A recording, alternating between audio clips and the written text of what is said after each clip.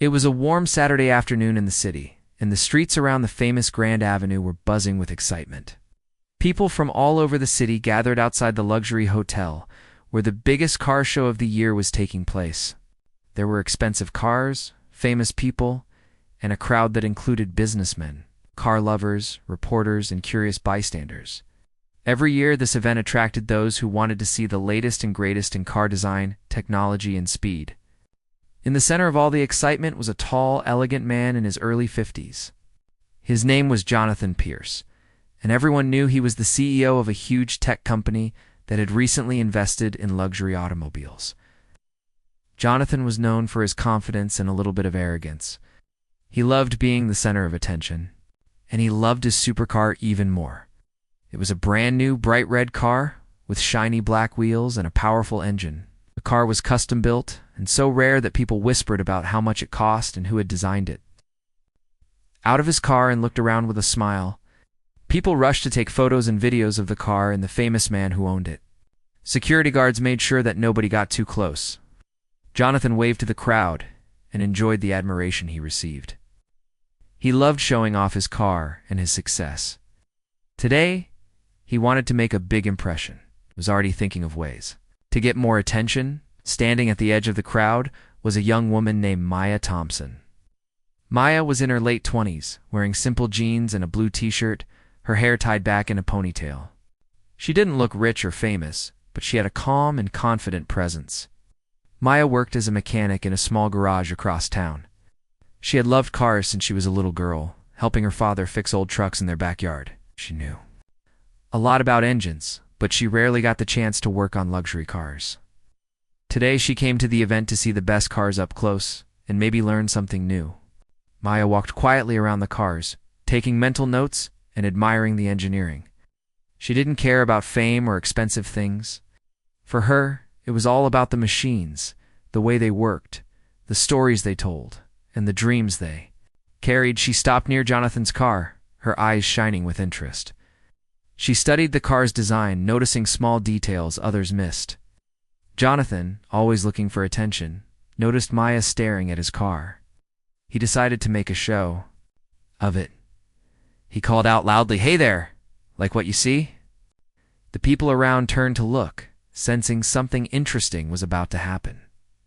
Maya smiled politely and nodded. "It's a beautiful car. The design is very unique," she replied. Jonathan laughed, his voice echoing across the crowd. "Of course it is. This is not something you see every day. Only the best can handle a machine like this." The crowd started gathering, sensing drama. Jonathan was not done. He looked at Maya and, with a playful but challenging tone, said, "You look like you know a thing or two about cars. You ever worked on one of these?" Maya, not wanting to lie, answered honestly, "No, I haven't worked on something this new, but I do fix cars for a living." Some people in the crowd chuckled quietly. They looked at Maya's simple clothes and doubted her skills. Jonathan's eyes sparkled with mischief. He liked showing off and he liked making a scene. Suddenly turned serious and said, "Well, it just so happens that my car has a tiny engine problem. My own engineers can't figure it out. Would you dare to take a look? If you can fix it, I'll be impressed. But if you can't, well, maybe you'll learn something." His tone was light, but everyone knew he was trying to put Maya in a difficult spot. For a moment, Maya felt nervous. She knew the crowd expected her to fail, but then she remembered her father's words, "Never doubt yourself. You know more than you think." Maya took a deep breath and said, "I'll take a look, if that's okay with you." Jonathan grinned, enjoying the attention. "Sure, go ahead, but you can't use any tools. Let's see what you can do with just your hands and your brain." The crowd murmured in surprise. People pulled out their phones to record the moment. As Maya stepped forward, she felt hundreds of eyes watching her. She walked up to the car, careful not to touch the shiny paint. She opened the hood and leaned in, studying the engine. The crowd waited, expecting her to give up or make a mistake. But Maya didn't rush. She closed her eyes for a moment, listening to the soft clicks and gentle hums from the engine. She took a deep breath, blocking out the noise and pressure. Jonathan stood with his arms crossed, looking amused. He whispered to a friend, "Let's see how long this takes." Maya remembered how her father taught her to listen to an engine. She touched different parts gently, feeling for heat, vibration, and loose connections. She noticed a strange rhythm. Something was not running smoothly. She asked Jonathan, "Can you start the engine for me?" He agreed, turning the key and making the car roar to life. Maya listened carefully, her face showing deep concentration. People in the crowd whispered and laughed, making jokes about the situation. But Maya didn't let it bother her. She focused on her task, using her senses and her experience to figure out the problem. She felt along the pipes and wires, looking for anything out of place. Suddenly, she found a small part that felt warmer than the rest. It was a sign of trouble. Maya smiled to herself, feeling a spark of hope. She realized the challenge wasn't just about fixing the car. It was about believing in herself when others didn't. Jonathan watched closely, waiting for Maya to make a mistake. But she kept working, careful and calm. She asked for a tissue from someone in the crowd, then used it to clean a tiny valve she found hidden near the engine. The crowd watched in silence, surprised by her focus and confidence. Slowly, the mood began to change. Some people started cheering for Maya, hoping she would succeed. Time seemed to slow down as Maya worked. She remembered how her father fixed old cars with nothing but his hands and his mind. She trusted her instincts, feeling every part and listening for every sound. The noise of the crowd faded away. There was only Maya, the car, and the problem in front of her. After a few minutes, Maya stood up and wiped her hands. She looked at Jonathan and said, "I think I found the issue. Try starting the engine again." Jonathan raised an eyebrow, but he did as she asked. He turned the key, and the engine came to life with a smooth, steady sound. The crowd gasped. The car sounded better than before. People burst into applause, amazed at what they had seen. Jonathan looked surprised and a little embarrassed, but he forced a smile. Maya felt a wave of pride wash over her. She had proved herself, not just to Jonathan and the crowd, but to herself as well.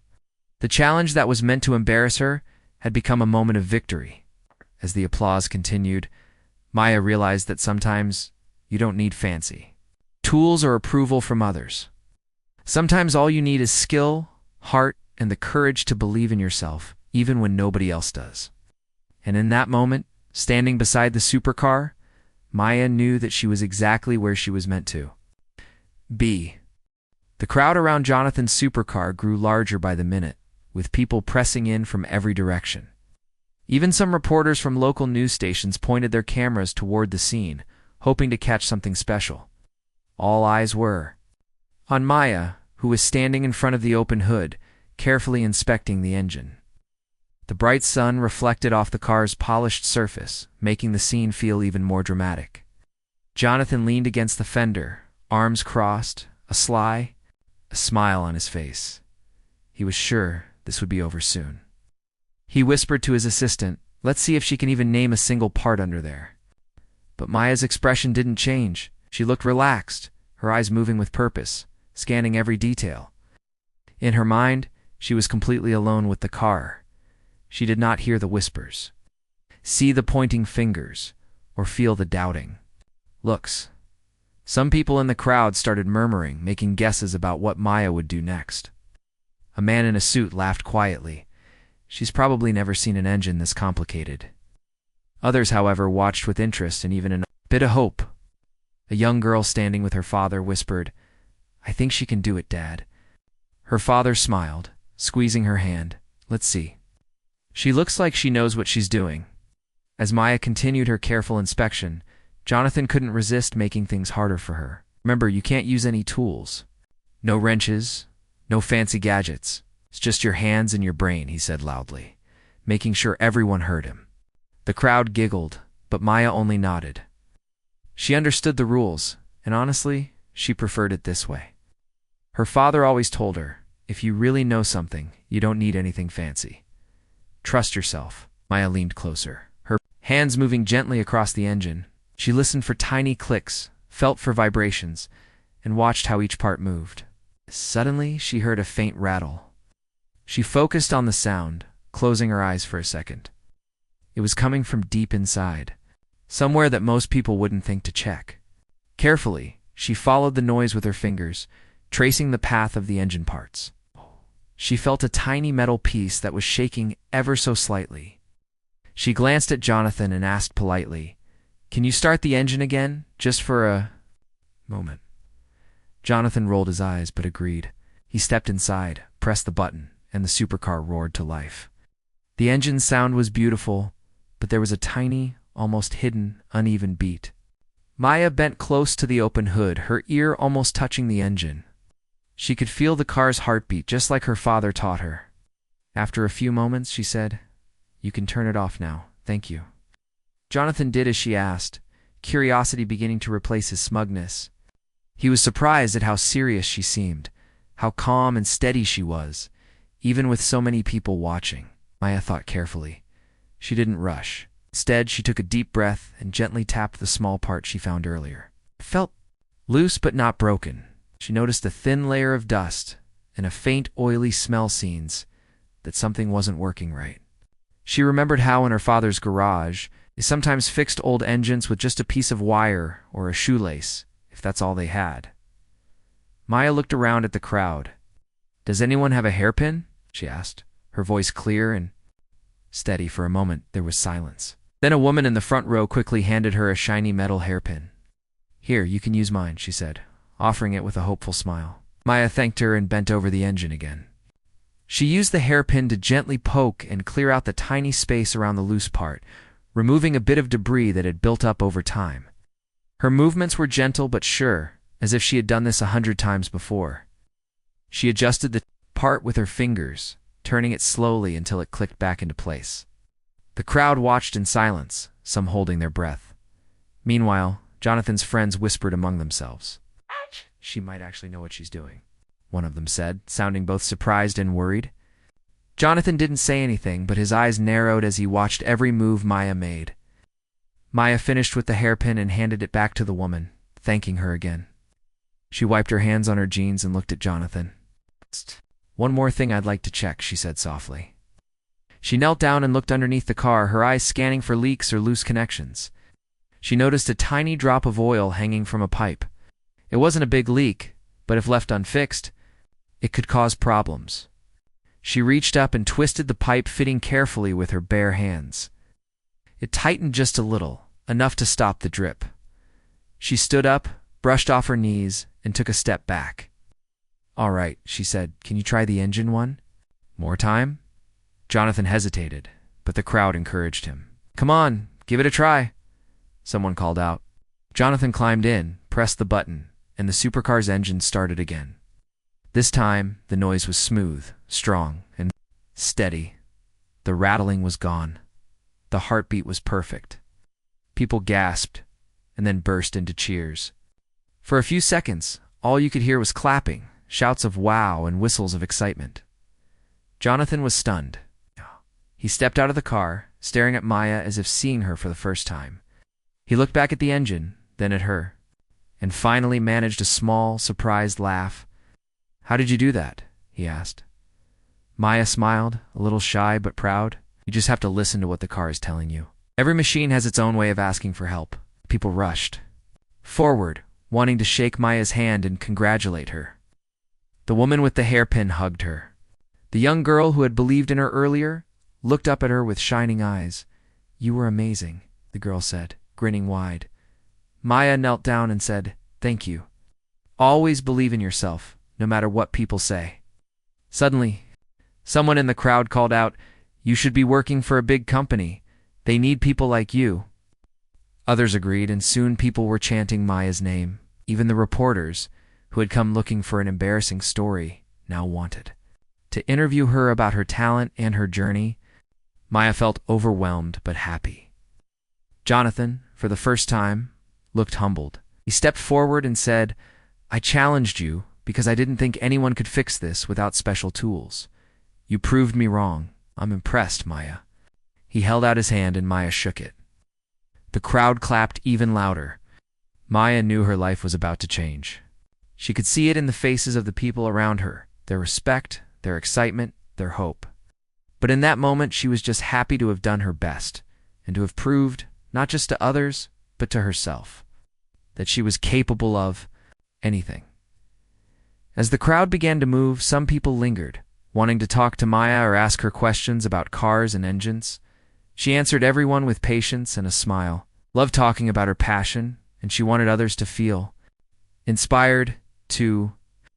The event organizers came forward and invited Maya to stay as a special guest for the rest of the day. They wanted her to meet other experts, see more cars, and maybe even share her story on stage. Maya agreed, her heart pounding with excitement and gratitude. As the sun began to set and the city lights came on, Maya looked around at the crowd, the cars, and the smiles. She realized that sometimes the biggest challenges come not from the machines we fix, but from the people who doubt us. And sometimes, by staying true to ourselves, we can change not just a broken engine, but the way people see what is possible. With a quiet confidence, Maya knew this was only the beginning of her story. The excitement from Maya's success spread quickly through the crowd. People could hardly believe what they had just witnessed. Some people who had doubted her now wanted to ask her questions or simply shake her hand. Reporters rushed forward with microphones, eager to capture her story. Even though she was not used to this much attention, Maya smiled and answered questions, speaking honestly about her journey as a mechanic and her love for cars. Meanwhile, Jonathan Pierce watched from a few steps away. For the first time, he looked quiet and thoughtful. His friends, who had laughed earlier, were now silent. Jonathan was known for his pride and rarely admitted when he was wrong. But what happened? Today was something he could not ignore. He began to realize that skill and determination mattered, much more than a fancy title or expensive tools. While Maya was talking to the crowd, one of the event's organizers approached her.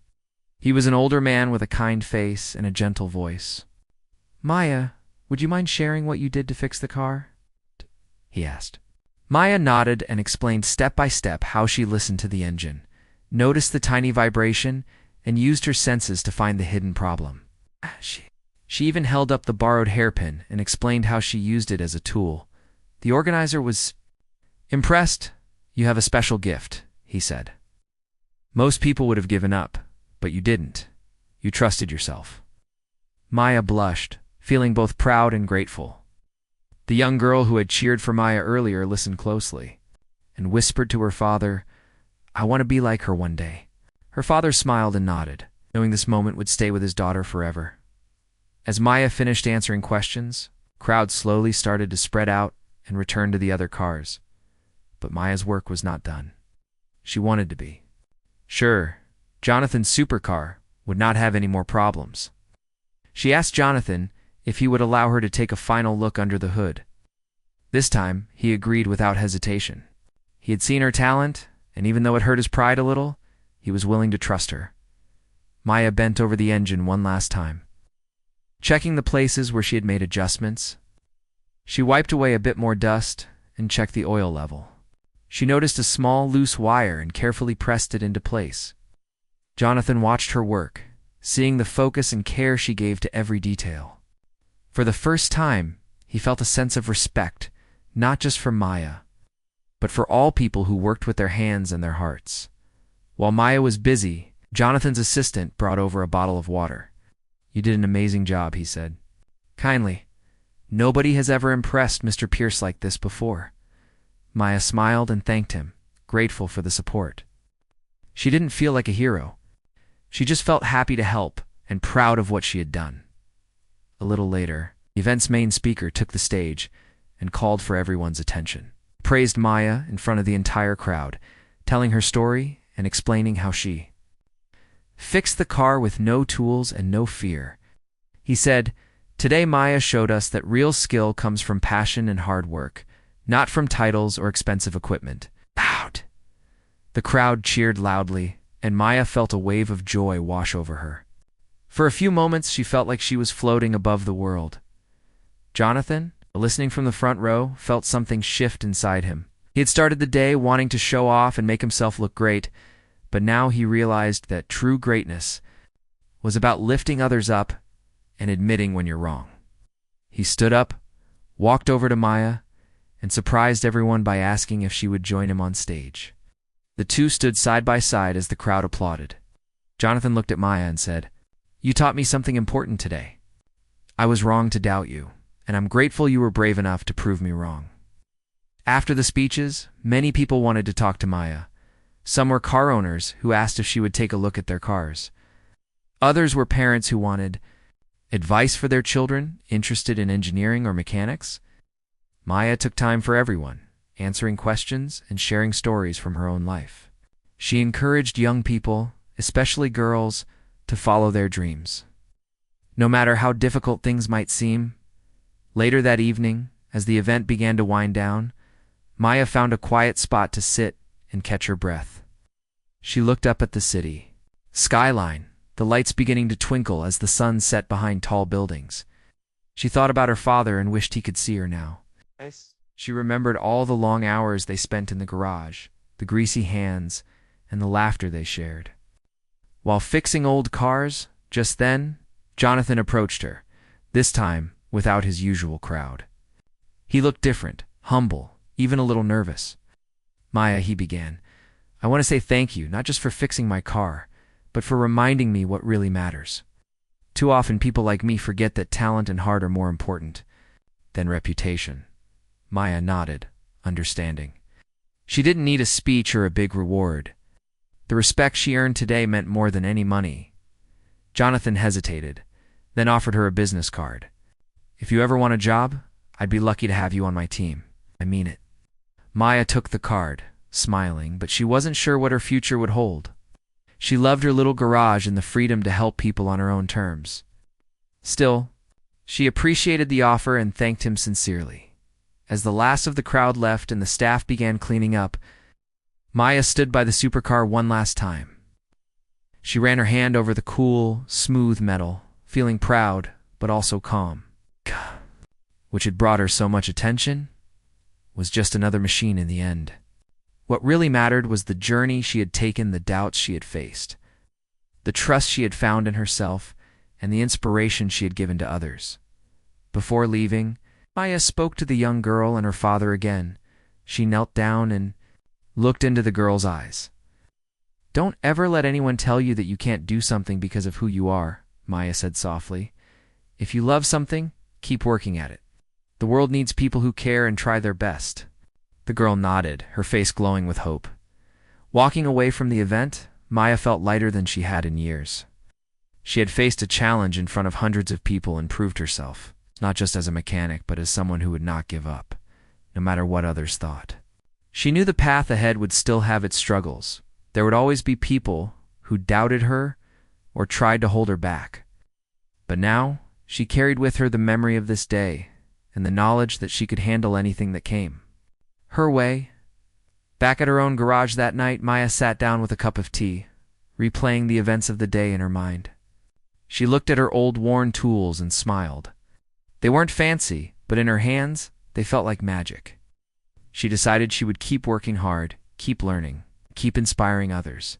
And somewhere in the city, the story of Maya and the supercar was already spreading, shared in videos, news stories, and quiet conversations between fathers and daughters, mothers and sons. Maya's journey had just begun, but already she had left a mark that would not be forgotten.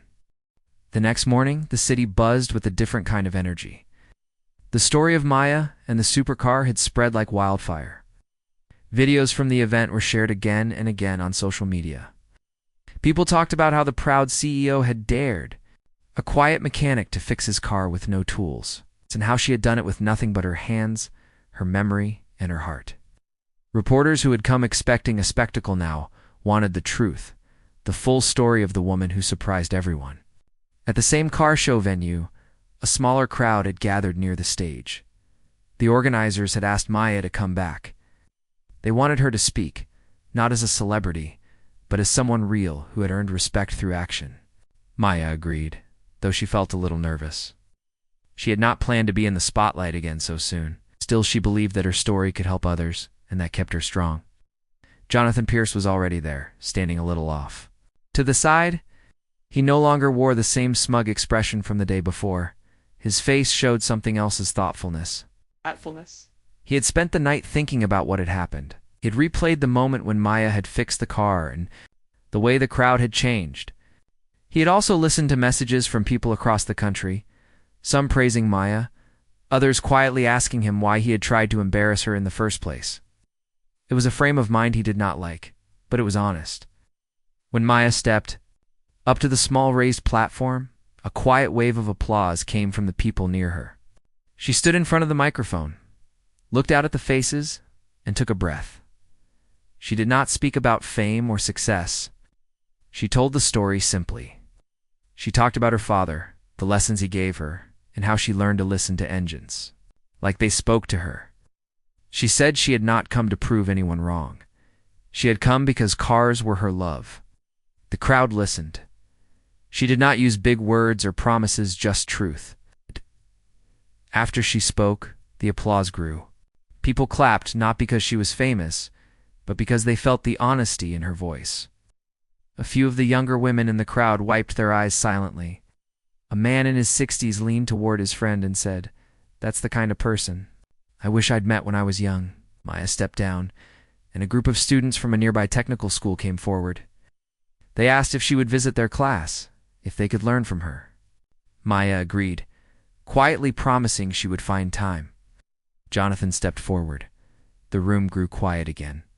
He was not the same man who had challenged her with a laugh. He looked tired in the way someone looks after they have grown. He said yesterday, "I thought I was making a game. I wanted to get a reaction, to have fun, to feel bigger in front of a crowd. I was wrong. What I saw was not a show. It was a skill. It was bravery. Maya, you helped my car. You also reminded me that power without respect is empty, and that the loudest voice is not always the most truthful. Thank you." He looked directly at her, and for the first time he did not hide his respect. Maya accepted his words. Not act surprised, but she also did not lower herself. She said, "Everyone has something to learn. I am glad the car runs better, and I am glad that maybe today more people see what real work can look like." The crowd nodded. Jonathan had something else in his hand. He reached into his jacket and pulled out a small, folded sheet of paper. He extended it to Maya. She opened it and saw it was an official-looking invitation. He said, "I still want to make you an offer. It's not because I need to fix my image, but because I see talent. I'd like you to come work with my team. Even give you the kind of resources you've never had. I'd like to give you a chance to teach others too. There's a training program I'm starting. I want you to help build it." Maya looked at the paper. It had details, but she didn't accept it right there. She smiled and said, "I appreciate it. I'll think about it. I like what I do now. I want to keep helping people on my own, but I won't close the door." The crowd respected that answer. It showed she was not chasing a title. She was holding her own path. After the small ceremony, the day unfolded with new energy. News vans came back, this time with real questions. "Maya, how did you learn to trust your instincts? Advice do you have for young people who want to work with cars?" She answered each with the same calm care. She didn't act like a star. She acted like someone who had spent years doing what she loved. And now she had a chance to explain a little of what that meant. Jonathan stood at the edge, watching. He saw that people no longer whispered about his supercar, but about Maya's quiet strength. He felt a strange sense of loss and gain at the same time. He had aimed to make himself look strong by testing another, but instead he had been taught something important. He walked away thinking about how he could change his company, how he could help other people like Maya, people without big names or shiny suits, who had gifts that needed space to grow. Word spread again that afternoon. Videos from the day before had been edited, given new titles, and shared across platforms. People who had not been at the event now knew Maya's name. Some wrote messages, thanking her for being real. Others asked if she would come speak in different cities. One message came from a young man who said, "I work in a small town, and people think being a mechanic is not important. Your story made me feel proud." Maya read messages later that night and felt a warm hope it was not just about her, but about others finding courage. Meanwhile, the scene at the event began to slow. The cars were boxed up and the shiny tents folded. But a small line stayed by the supercar. It was not for photos of the engine now. People were lining up to thank Maya, to take a picture with her, to give her small gifts, handwritten notes, a homemade keychain, a little model car with a note that said, "For the woman who listens." A boy of 12, shy and quiet, stood at the end of the line. He watched others talk to her and finally stepped forward. He held a folded paper in his hand. "Ms. Thompson," he said softly, "my dad says I can't be a mechanic because it's not for people like me. I want to learn. Can I watch you?" Maya knelt down, looked him in the eyes, and said, "Yes. Start with small things. Listen to the sound of a car, then touch it. The rest will follow. Don't let anyone tell you what is or isn't for you." The boy's face lit up. He clutched the paper tight, and she saw the secret hope grow in him like light. Later, when the event was over and people had left, Maya and Jonathan were alone by the car. The air was cooler, and the bright lights had dimmed. The silence. "I'm going to change some things," he said quietly.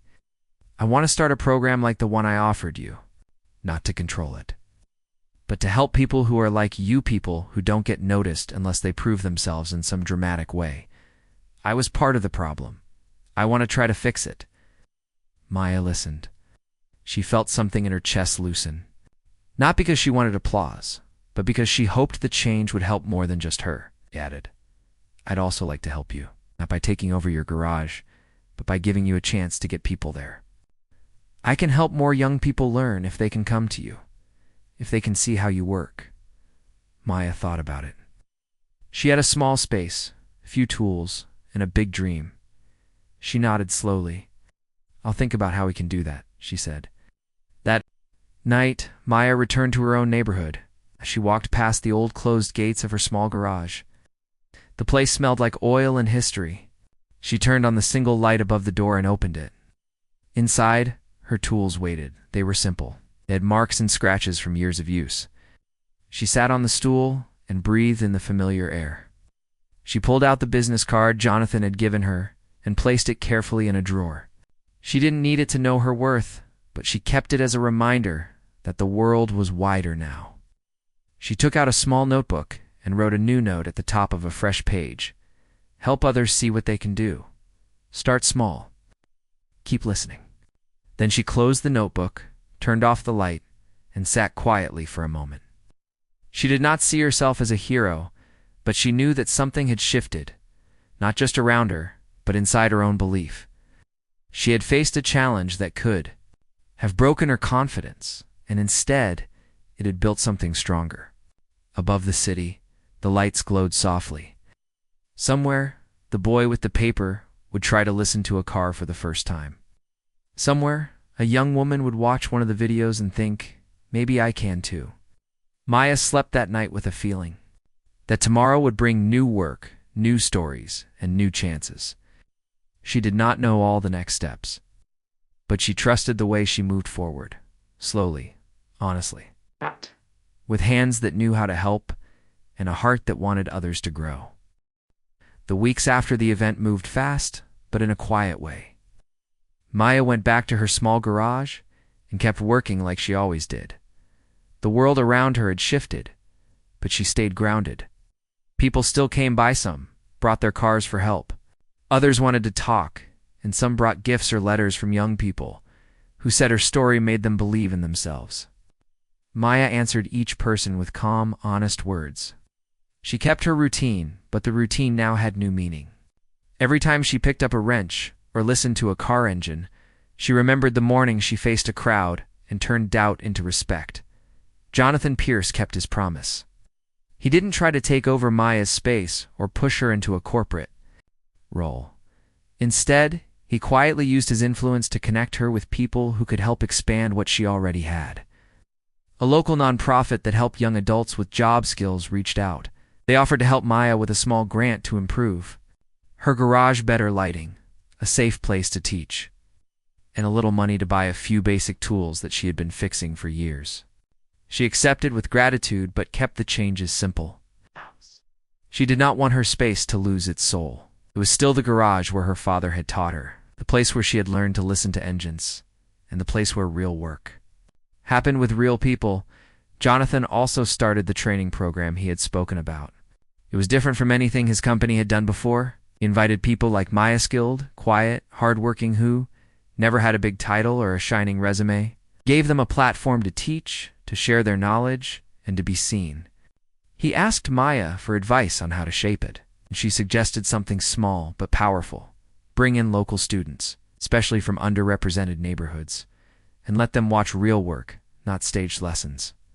He agreed, and soon a few students came to Maya's garage with permission slips, notebooks, and hopeful faces. One Saturday morning, Maya stood outside her garage, watching a group of teenagers gather. Some were nervous, some curious, and some were already smiling like they knew they belonged. Maya took them inside, showed them how to start with small things, how to check tire pressure, how to feel for warmth in a radiator hose, how to listen for odd rhythms in a running engine.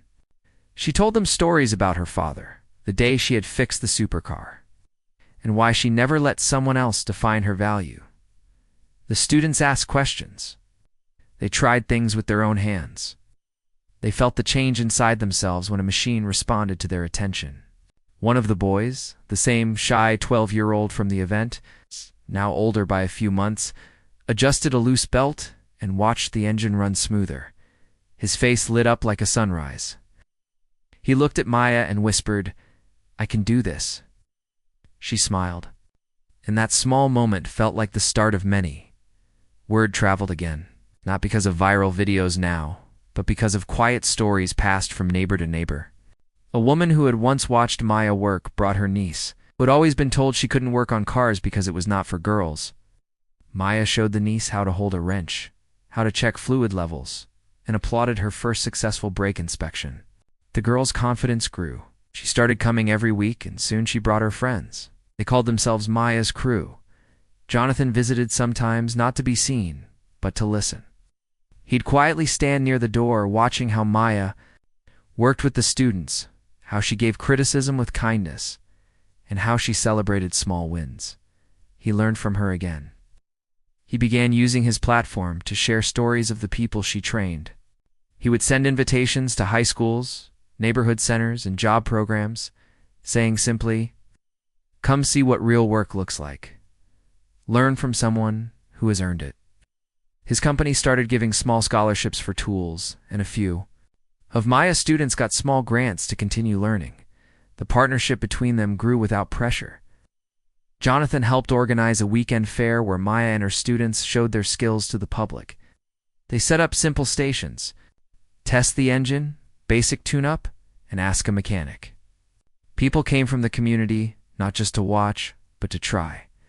Parents brought children, and older adults brought their old cars, asking for advice. Maya's crew helped, explaining things in plain words, helping others see that a car was a machine, with a story, not a mystery. The fair was full of laughter, focused work, and quiet pride. Jonathan stood to the side and watched the ripple she had caused. He no longer saw himself as the one who started the story. He saw himself as someone who had been changed by it. Something else also changed. The supercar, which had once been a symbol of Jonathan's image, now carried a new kind of story when he drove it. People didn't just know it for its design or speed, they knew the story of the day. A quiet mechanic fixed it with no tools. Jonathan would sometimes bring students to see it, and he'd say, "This car has a memory. It reminds me to listen and to give others chances." That sentence surprised him the first time he said it aloud. It sounded like truth. Maya never used the word famous. She didn't chase recognition. She kept her focus on the work and the people. She still kept her old notebook, the one where she had written, "Help others see what they can do. Start small. Keep listening."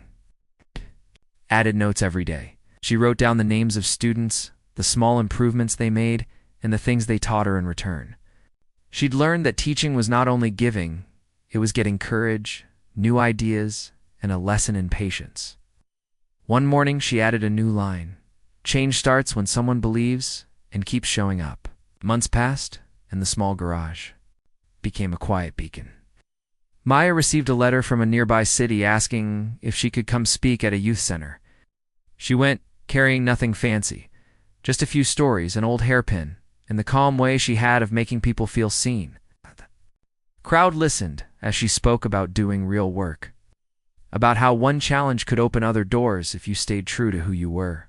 Afterward, a young woman came up and said, "I was told I had to choose between career and family. Now I know I can do both and still build something." Maya smiled, the same quiet smile she had when she first fixed the supercar. She told the woman, "Start with one step. Let the work show you the next." Jonathan, watching from far away, sometimes through updates from his team, started doing something unexpected in his company. He created a small fund that people could apply to if they wanted to teach skills in their own neighborhoods. He wrote in the announcement, "Real experience matters more than titles. If you are doing work with heart, I want to hear your story and help you share it." He sent Maya a short note. "You've changed how I see things. Thank you for making that change possible," Maya wrote back. "Keep the door open for people who don't have it. That's how it keeps growing." The story of the Supercar Challenge became more than a one-day event. It became a lesson in the city. People talked about it in kitchens, in school halls, in small coffee shops. They used it when teaching their kids. Remember, Mahashi didn't need tools to start. She used what she had and helped others to rise too. The young boy who once doubted himself became a quiet leader in Maya's crew. He started helping the new kids, showing them how to listen first, then touch, then fix. He would sometimes pause and look at the fading scratch marks on the stool where Maya's father had sat. And he would say, "I want to be like her, strong, calm, and honest." One evening, several months after the challenge, Maya received a visitor. It was Jonathan. He came alone, carrying a small box. He had a new calm in his face. "I brought something," he said, and opened the box. Inside was a simple plaque. Engraved on it were the words, "For someone who turned a doubt into a movement." Maya's eyes widened. She touched the plaque with both hands. "You didn't have to do this," she said softly. Jonathan shook his head. "You earned it. I wanted to give you something that could sit in your garage and remind anyone who came in that real value is made by doing, not by showing off." Maya placed the plaque on the shelf above her workbench, right where she could see it every day. She added a small note by it. "Keep listening. Keep helping." Years later, when people told the story, they did not tell it the same way every time, but the heart of it stayed. It was about the moment a CEO dared a quiet mechanic in front of a crowd, and how she fixed his car without a tool. How? But it was also about what happened next, how she kept teaching, how she helped others believe, how a man who once wanted to show off changed the way he used his power, and how a small garage became a place where people learned to trust their hands and their hearts. Maya sometimes sat outside her garage and watched a new group of students walk up. She would smile to herself, thinking about the day the supercar's engine had spoken to her, and the way the world had listened after she had answered. She had not set out to become a story. She just showed up, did the work, and let the rest follow. That quiet truth was the strongest thing she had. On a cool evening, when the sun was low and the city lights were beginning to glow, Maya stood by the entrance of her garage. A new batch of students had just left, each carrying a small notebook filled with notes and plans. She looked at the plaque above the bench, then at the old tools, and whispered, "This is only the beginning." She felt the weight of the past, the hope of the future, and the simple power of someone who believed in what she could do,